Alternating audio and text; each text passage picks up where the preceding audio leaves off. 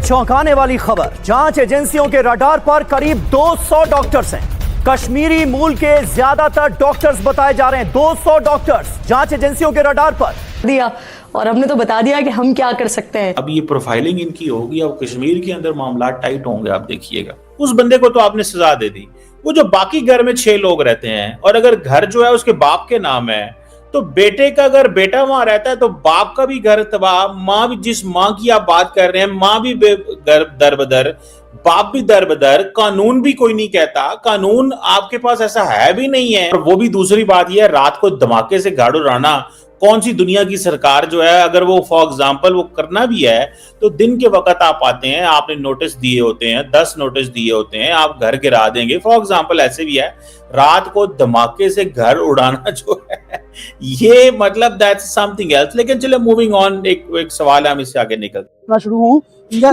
पाकिस्तान के पास मिनरल्स हैं, मैं उनसे बेनिफिट लूँ। ठीक है, उसके बाद फिर एक इंडिया पाकिस्तान कंट्रोवर्सी चलेगी। ठीक है, जिसके अंदर अमेरिका का असला बिकेगा और अमेरिका की जो सुपर पावर जो है वो बरकरारी रहेगी सुपर पावर के अंदर। देखें, सियासत सिर्फ इसे नहीं, पाकिस्तान के पास $5 मिलियन होता तो यहाँ पे आटे के लिए लाइनें ना लगती। ठीक है, यहाँ पे रोटी कपड़ा मकान के स्लोगन ना चलते, यहाँ पे पाकिस्तानी अवाम जो है वो सड़कों पे ना जलील हो रही होती। औगाम के एक पुलिस थाने में, यानी कि कश्मीर के एक पुलिस थाने में ब्लास्ट हो गया। इनका दुबई से क्या लेना देना, ये जो टेररिस्ट हैं, ये फॉरेन कंट्री से क्या लेना देना? कोई कहीं जा रहा है, कोई कहीं ट्रेनिंग पा रहा है। 9 लोगों की जानें चली गई और 32 गंभीर रूप से घायल हैं। ऐसा कुछ भी नहीं है। Mister Nalin Prabhat is a respected professional, he is a hardcore professional and he served in the NSG. Adil की गिरफ्तारी के बाद ही फरीदाबाद, लखनऊ, नूह और पठानकोट तक फैला टेरर नेटवर्क एक्सपोज हुआ। वहीं सुरक्षा एजेंसियों के निशाने पर आदिल का भाई मुजफ्फर भी आ गया है। 200 डॉक्टर हैं, ज्यादातर डॉक्टर कश्मीर मूल के हैं और उत्तर प्रदेश के भी बहुत सारे डॉक्टर इसमें शामिल हैं जिनसे अब पूछताछ की जा रही है। व्हाइट कॉलर मॉड्यूल से संपर्क में थे सभी और उमर, शाहीन दूसरे आरोपियों से भी कांटेक्ट में थे। कल साहब, what do you make of that? ये जो लड़कों ने जो ये अभी ये जो डेवलपमेंट हुई है, ये डॉक्टर मॉड्यूल की जो बात की जा रही है, एक प्रेशर ये है इंडिया के अंदर कि पहले इंडिया के अंदर जो मिडिल क्लास है, मिडिल क्लास जो मुसलमान है, those who are something, those who are recognized, those who are recognizable, those who can make difference, उनको टाइट करो, क्योंकि वो पैसे भी कमाते हैं, वो इंडिपेंडेंट भी हैं, वो हमारे खिलाफ भी जा रहे होंगे, तो इनको टाइट करो। हाँ, यहां पे एक बात मैं कहूंगा, मैं किसी बंदे की भी कोई एक्टिविटी जो इंडियन कानून के मुताबिक नहीं है, मैं उसको सपोर्ट नहीं करता। I don't support anyone who breaks Indian law, who does any kind of an act of terrorism, उसको सपोर्ट नहीं कर रहा। नमस्कार दोस्तों, जय हिंद। दोस्तों, दिल्ली हमले के बाद भारत की जांच एजेंसियां पूरी तरह हाई अलर्ट पर है। लगातार छापे मारे जा रहे हैं, लगातार गिरफ्तारियां हो रही है और लगातार नए कनेक्शन निकल रहे हैं। सबसे पहले जो आतंकी पकड़ा गया है आदिल, वह कश्मीर रीजन से जुड़ा हुआ है और काफी समय से कट्टरपंथी नेटवर्क के संपर्क में था। सरकार ने जेल में उसी कड़ी पूछताछ की, बढ़िया तरीके से ठोकाई की, तब ये जाकर कुछ गद्दारों का नाम बताया। और अब ताजा खबर ये आ रही है कि लगभग 200 डॉक्टरों से पूछताछ होगी। ये डॉक्टर अलग अलग राज्यों से हैं, लेकिन लगातार कनेक्शन कश्मीर से मिल रहे हैं। कुछ डॉक्टर हाल फिलहाल में लापता हुए हैं, जिनके शक और गहरा हो गया है। उधर जो हमलावर था उसके कश्मीर वाले घर को डायरेक्टली पूरी तरह से उड़ा दिया गया है, जैसा कि आप वीडियो में देख रहे हैं, ताकि कोई नेटवर्क, कोई सुरक्षित जगह या फिर कोई सपोर्ट ना मिले। और जब ये खबर पाकिस्तानियों तक पहुंची तो पाकिस्तानी मीडिया वही पुराना रोने धोना लगा कर रखी है कि इंडिया मुस्लिमों पर जुल्म कर रहा है, माइनॉरिटी पर जुल्म कर रहा है। वैसे आप लोग इस सब के बारे में क्या कुछ सोचते हैं, हमें नीचे कमेंट में बताइएगा।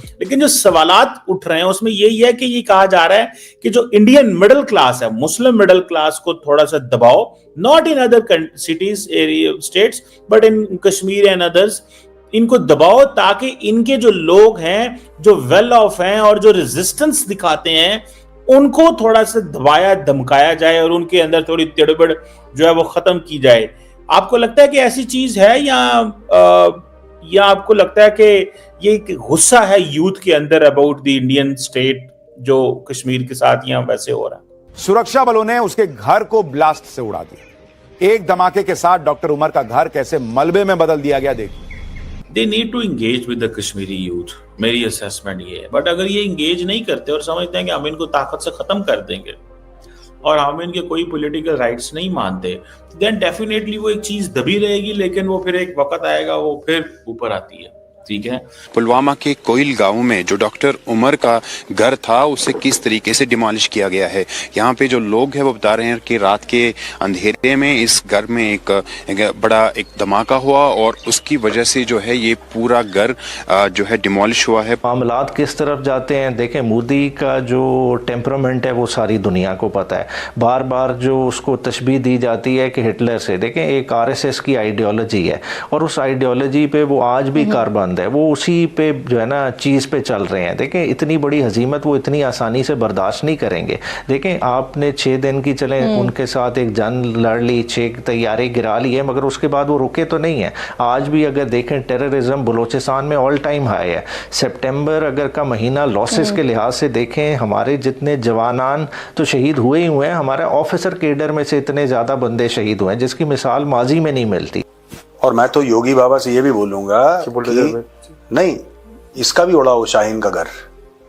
हाँ, ये बहुत, उसका तो बहुत जरूरी है सर, क्योंकि घर में 2 आतंकी थे। हाँ, उसको शाहीन का भी घर उड़ाओ और ये जितने हैं सबका घर उड़ाओ।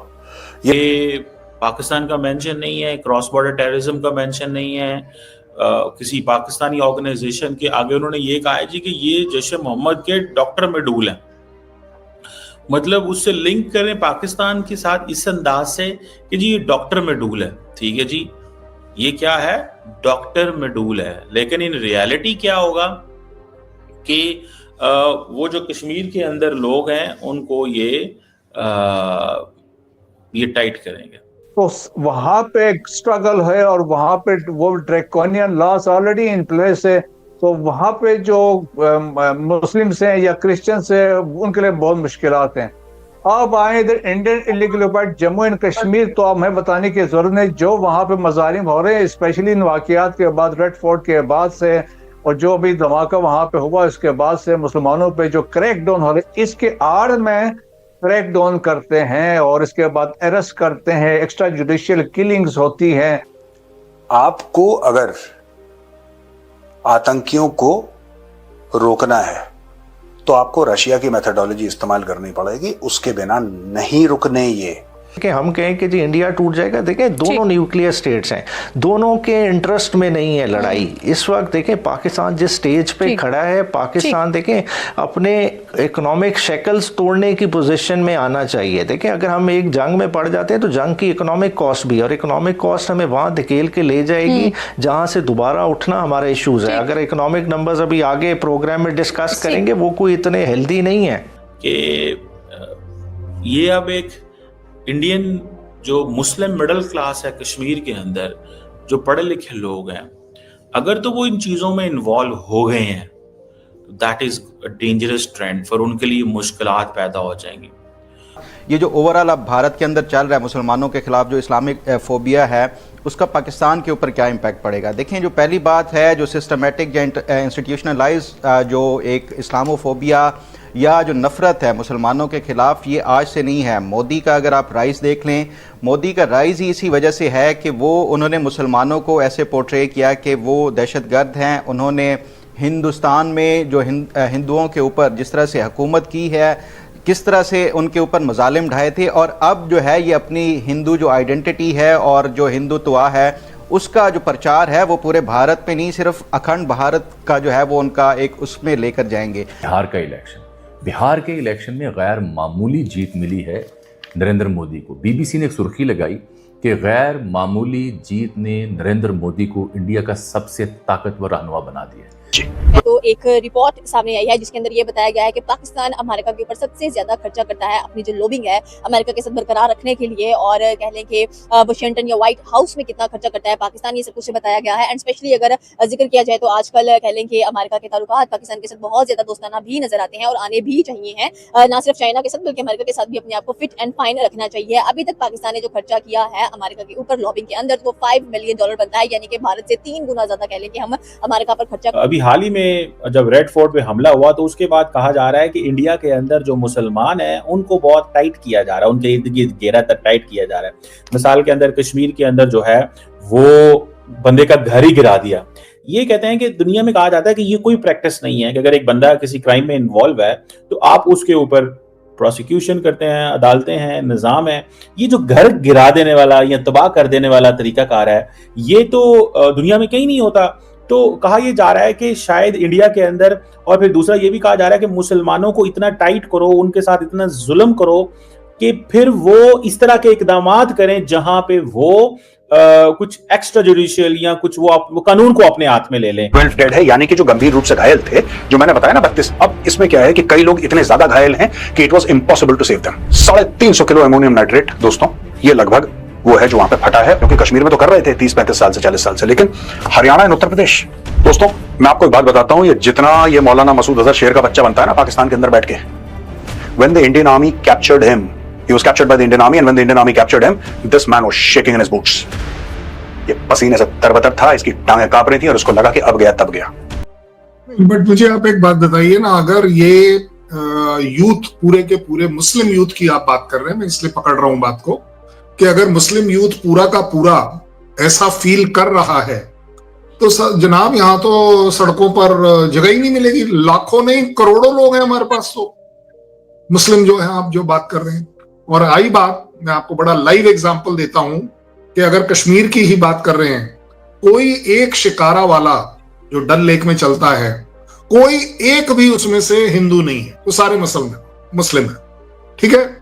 अगर किसी तरह की जाति उनके ऊपर हो रही है, तो आप कैसे पा रहे हैं कि शिकारे पर शिकारे चले जा रहे हैं। एक एक शिकारे वाला आज की तारीख में 10 से 12 राइड पर डे ले पा रहा है, 1500 रुपए की एक राइड के हिसाब से वो अपनी इनकम ले पा रहा है। और जनरली जिस तरह की डेवलपमेंट वहां दिख रही है, उसके बाद आप मुझे ये बताइए कि वो डेवलपमेंट तो रुक जाएगी, क्योंकि अगर यूथ अगेंस्ट है तो काम कौन करेगा और काम कौन होने देगा।